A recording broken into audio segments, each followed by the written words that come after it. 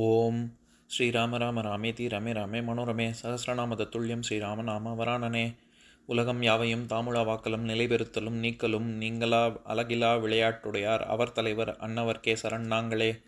எத்திர எத்திர ரகுநாத கீர்த்தனம் தத்திர தத்திர கிருத்தமாஸ்தகாஞ்சலிம் வாஷ்பவாரி பரிபூர்ணலோச்சனம் மாருதிம் நமது ராட்சசாந்தகம்.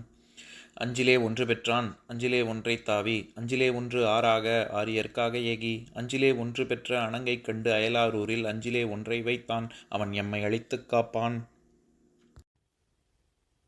இன்னைக்கு நம்ம கம்பராமாயணத்துல பாலகாண்டத்துல கார்முக படலத்துல 40வது பாடல் பார்க்க போறோம்.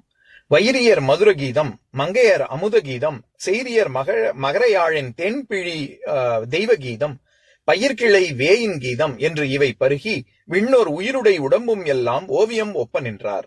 இதுதான் பாட்டு. இப்ப நம்ம பதம் பிரிச்சு பொருள் பார்க்கலாம்.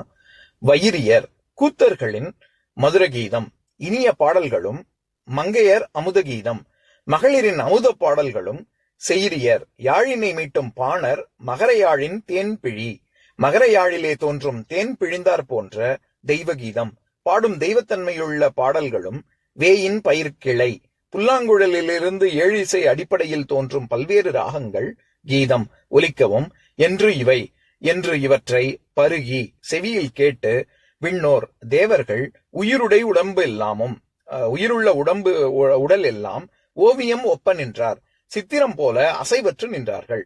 இப்ப நம்ம இந்த பாட்டுல இருக்கக்கூடிய நயங்களை பார்க்கலாம்.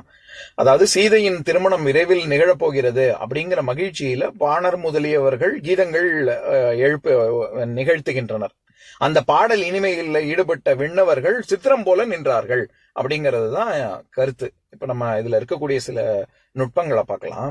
அதாவது வைரியர் மதுர கீதம் அப்படின்னு சொல்றாரு. முதல்ல வயிர் அப்படிங்கிற சொல்லுக்கே கூர்மை, மூங்கில், ஊதுகொம்பு, மூங்கிலினால் செய்யப்பட்ட ஊதுகொம்பு, இப்படி எல்லாம் பல பொருள் இருக்கு. அது நம்ம ஏற்கனவே பார்த்திருக்கோம். சமீபத்திய உதாரணம் கம்பராமாயணத்துல 702வது பாடல். அதை படிக்கிறேன் கேளுங்க. மாலையும் இழையும் சாந்தும் சுண்ணமும் வாச நெய்யும் வேலை வெண் முத்தும் பொன்னும் காசும் நுண் துகிலும் வீசி பால்வளை வயிர்கள் ஆர்ப்ப பல்லியம் துவைப்ப முன்னீர் ஓல் கிளர்ந்து உவாவுற்றென்ன ஒலி நகர் கிளர்ந்ததன்றே அப்படிங்கிற பாடல்ல எல்லாம் ராமன் வில்லை முறித்தவுடன் அந்த நகரமே ரொம்ப சந்தோஷ கழிப்புல ஆரவாரித்தது அப்படிங்கிற ஆரவாரம் செய்தது அப்படிங்கிற பாடல்ல பால்வளை வயிர்கள் ஆர்ப்ப அப்படிங்கிற இடத்திலேயே பார்த்திருக்கோம் நம்ம. ஊதுகும்பினால் ஒலி எழுப்பினார்கள் அப்படின்னு அதே அர்த்தத்துலதான் இங்கேயும் வருது. அந்த மாதிரியாக இருக்கக்கூடிய ஊதுகொம்புல மதுர கீதம் இசைத்தார்கள். ரொம்ப மதுரம்னாலே இனிமைன்னு அர்த்தம். இனிமையான கீதம் இசைத்தார்கள். அடுத்தது மங்கையர் அமுத கீதம் அப்படின்னு சொல்றாரு. அங்க இருக்கக்கூடிய பெண்களின் அவங்க பாட்டு அமுதம் மாதிரி இருந்தது அப்படின்னு. இதுலயே ஒரு நுட்பம் இருக்கு. கம்பர் என்ன சொல்றாரு, ஊதுகொம்புனால இசைக்கக்கூடியது மதுர கீதம் தான். ஆனா அந்த மகள் பெண்கள் பாடக்கூடியது அமுத கீதம். மதுர கீதத்தோட அமுத கீதம் ஒருபடி மேலதானே. ஏன்னா மதுரம்ங்கிறது வெறும் இனிமையை மட்டும் குறிக்கும். ஆனா அமுதம்ங்கிறது அது சாகா வரம். அதை கேட்டாலே நமக்கு சாகாத ஒரு தன்மை கிடைக்கும். அப்பேற்பட்ட அமுதத்துக்கு நிகரானது அப்படின்னு உயர்வா சொல்றாரு. அடுத்தது செய்ரியர் மகரையாழின் தேம்பிழி தெய்வ கீதம் அப்படின்னு சொல்றாரு. செய்ரியர் அப்படின்னாலே அது பாணர்களை குறிக்கும். இங்கிலீஷ்ல சொல்லணும்னா பார்ட்ஸ், மின்ஸ்ட்ரல்ஸ் அப்படின்னு சொல்றாங்கல்ல, அந்த பாணர்கள். அவங்களுடைய மகரையாழை கொண்டு மீட்டக்கூடிய தேன் அப்படியே பிழிஞ்சு எடுத்தா எப்படி இருக்குமோ அப்படி அது போன்ற தெய்வ கீதம்னு சொல்றாரு. இது அமுதத்துக்கும் ஒருபடி மேல. அதாவது மதுரம், அடுத்தது அமுதம், அதுக்கும் மேல தெய்வ கீதம். தெய்வ கீதம்னு ஏன் சொல்றாங்க அப்படின்னா, பொதுவாகவே ஒரு இசை என்னதான் உபன்யாசம் பண்ணினா எடுத்து அதாவது பெருசா ஒரு பக்கமா பேசினா கூட இசை ஒருவரை உருக்குற அளவுக்கு மத்த ஒரு உரைநடையா இருக்கிறதோ அல்லது வேற ஒரு உபன்யாசமோ எதுவுமே செய்ய முடியாது. இசைங்கிறதுக்கு தனி ஒரு மகிமை இருக்கு. அது அப்படியே உருக்கி லயிக்க செய்வது. அதனால அது தெய்வ கீதம், தெய்வத்தோடு இணைக்கக்கூடிய வல்லமை பொருந்தியதுங்கிறதுனாலதான் அது தெய்வ கீதம்னு சொல்றாங்க. இது அடுத்தது என்ன சொல்றாரு, இந்த பாணர்களுடைய அந்த யாழ் இசை என்ன பண்ணுதான் தெய்வ கீதத்துக்கு ஒப்பிட்டு சொல்றாரு. அப்பேற்பட்ட கீதம் ஒலிக்கிறது அப்படின்னு. அடுத்தது பயிர் கிளை வேயின் கீதம் அப்படின்னு. இந்த இடத்துல பயிர் அப்படின்னா நம்ம எல்லாருக்கும் தெரிஞ்ச பொருள் வந்து என்ன சொல்றது, பயிர்கள், நம்ம செடி, பைங்கோள் அப்படின்னு சொல்றோம்ல, அந்த செடி தானே நமக்கு தெரியும். ஆனா அது தவிர பயிருங்கிற சொல்லுக்கு பறவைகளினுடைய ஒலி, குரல், நம்ம பேர்ட்ஸ் ட்வீட்டிங் அப்படின்னு சொல்றோம்ல இங்கிலீஷ்ல, அந்த மாதிரி பறவையின் ஒரு குரல், அதுக்கப்புறம் வாத்தியங்களின் இசை, சைகை, சைன் லாங்குவேஜ், கோட் வேர்ட்லாம் சொல்றோம்ல, அதுக்கும் பயிர்னு ஒரு அர்த்தம் இருக்கு. பொதுவாகவே ஒலி, விலங்குகளும் சரி பறவைகளும் சரி, அதை எடுக்கக்கூடிய ஒரு ஒலிக்குறிப்பு, விலங்குகள் அழைக்கக்கூடிய ஒரு ஒலிக்குறிப்பு இருக்குல்ல, அதுக்கே பயிர்னு தான் பேரு. அந்த ஒலி அப்படிங்கிற ஒரு அர்த்தத்துலதான் இங்க வருது.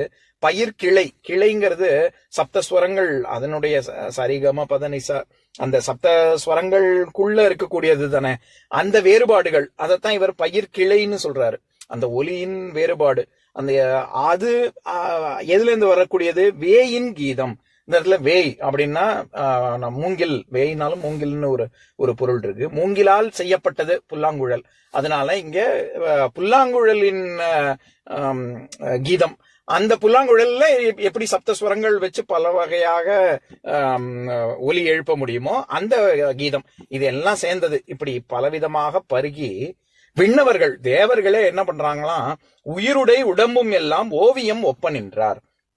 அவங்க வந்து அப்படியே நம்ம இப்ப ஏதாவது ரொம்ப வியப்பா அப்படியே பாக்குறதுக்கே ஸ்தம்பிச்சு நின்றுவோம்ல. இப்ப உதாரணத்துக்கு அப்படியே ஆச்சரியத்துல அசையாம நின்னா அப்படின்னு சொல்லுவாங்க, இல்லாட்டி அப்படியே உறைஞ்சு போயிட்டான் அப்படின்னு சொல்லுவாங்க, இல்லாட்டி பிரமிப்புல சிலை மாதிரி நின்னுட்டான் அப்படின்னு சொல்லுவாங்க, வியப்புல அப்படியே பேச்சே வராது, அதாவது வாயடைச்சு போய் நின்னா அப்படின்னு சொல்லுவாங்கல்ல, அந்த மாதிரிலாம். அதே மாதிரி மெய் சிலிர்த்து நிக்கிறது, இல்லாட்டி மெய் மறந்து நின்னுட்டேன் அப்படின்னு சொல்லுவாங்கல்ல, இந்த மாதிரியான ஒரு மெய் மறந்து நிக்கிறதோ, வாயடைச்சு போய் நிக்கிறதோ, சிலையாக நிக்கிறதோ, அந்த மாதிரி நம்ம பேச்சு வழக்குல சொல்றதையே கம்பர் கவிதை துவத்தோட எப்படி சொல்றாரு, ஓவியம் ஒப்ப நின்றார் அப்படின்னு சொல்றாரு. ஓவியம் மாதிரி நின்னாங்க அப்படின்னு, சில மாதிரி நின்னாங்கிறதான் ஓவியம் மாதிரி நின்னாங்கன்னு சொல்றாரு. ஆனா அதுல ஒரு படி மேல போய் உயிருடை உடம்பும் எல்லாம் அப்படின்னு சொல்றாரு. இந்த இடத்துல உடம்பும் அப்படிங்கிறது முற்றுமை, அதாவது பொதுவா உடம்பு எல்லாம் ஓவியம் மாதிரி ஒப்ப நின்றார் அப்படின்னு சொல்லலாம். அது என்ன உயிருடை உடம்பும், உயிரோட சேர்த்து, உயிருள்ள இருக்கக்கூடிய உடம்பு எல்லாம் சேர்ந்து அப்படின்னு ஏன் சொல்லணும் அப்படின்னா, இது வந்து ஸ்தம்பிச்சு நிக்கிறது உடம்பு மட்டும் இல்ல, பிசிக்கல் பாடி மட்டும் இல்ல, அவங்களோட மைண்டும் எல்லாமே அப்படியே ஸ்தம்பிச்சு நின்றுச்சு அப்படிங்கறத சேர்த்து சொல்லணுங்கிறதுனாலதான் உயிருடை உடம்பு அப்படின்னு சொல்றாரு. இப்ப நம்ம சொல்லுவோம்ல, அதாவது ரொம்ப கேட்கறதுக்கு ரொம்ப இனிமையா இருந்ததுன்னா மயிர்கூச்சி எறியறது அப்படின்னு சொல்றது இருக்கு. ஆனா மயிர்கூச்சி எறியறதுங்கிறது நம்ம பார்க்க முடியும், தெரியும்ல நமக்கு. இவர் ஓவியம், இப்ப சில மாதிரி நின்னா, ஸ்தம்பிச்சு உறைஞ்சு போய் நின்னா, ஓவியம் மாதிரி நின்னா அப்படின்னு சொன்னா அந்த ஒரு வேறுபாடே தெரியாது. உயிரும் வரைஞ்சு போய் நிக்குது, மனசும் லயிச்சு போய் நிக்குது அப்படிங்கிறது நமக்கு தெரியாதுல்ல. அதனால ஓவியம் மாதிரி நின்னான்னா நம்ம அந்த மாதிரி உள்ள இருக்கக்கூடிய மனசு, உயிர் எல்லாம் சேர்ந்து உறைஞ்சு போய் நின்னாங்கிறது எப்படி ஓவியத்துல எப்படி தெரியும்? அதனால உயிருடை உடம்பும் எல்லாம்னு சேர்த்து சொல்றாரு. இப்ப நான் பாட்டை இன்னொரு தடவை படிக்கிறேன், கேளுங்க.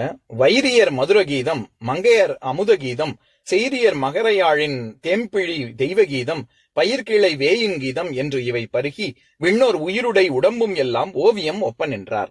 இன்னொரு நாள் இன்னொரு பாட்டு பார்க்கலாம். ஓம் சாந்தாகாரம் புஜகசயனம் பத்மநாபம் சுரேஷம் விஸ்வாதாரம் ககனசத்ரசம் மேகவர்ணம் சுபாங்கம் லக்ஷ்மீகாந்தம் கமலநயனம் யோகி ஹிருத்யானகம்யம் வந்தே விஷ்ணும் பவபயஹரம் சர்வலோகைகநாதம். உம்பரோடு இம்பர்காரும் உலகம் ஓர் ஏழும் ஏழும் எம்பெருமான் என்று ஏத்தி இறைஞ்சி நின்று ஏவல் செய்ய தம்பியரோனும் தானும் தருமமும் தரணி காத்தான் அம்பரத்து அனந்தர் நீங்கி அயோத்தியில் வந்த வள்ளல். ஓம் பூர்ணமதః பூர்ணமிதம் பூர்ணாத் பூர்ணமுதஸ்யதே பூர்ணஸ்ய பூர்ணமாதாய பூர்ணமேவாவசிஷ்யதே. ஓம் சாந்தி சாந்தி சாந்திஹி. ஓம் சர்வேஷாம் ஸ்வஸ்திர்பவது சர்வேஷாம் சாந்திர்பவது சர்வேஷாம் பூர்ணம் பவது சர்வேஷாம் மங்களம் பவது. ஓம் சாந்தி சாந்தி சாந்திஹி. ஓம் சர்வே பவந்து சுகினः சர்வே சந்து நிராமயாः சர்வே பத்ராணி பஷ்யந்து மா கஷ்சித் துக்கபாக் பவேத். ஓம் சாந்தி சாந்தி சாந்திஹி.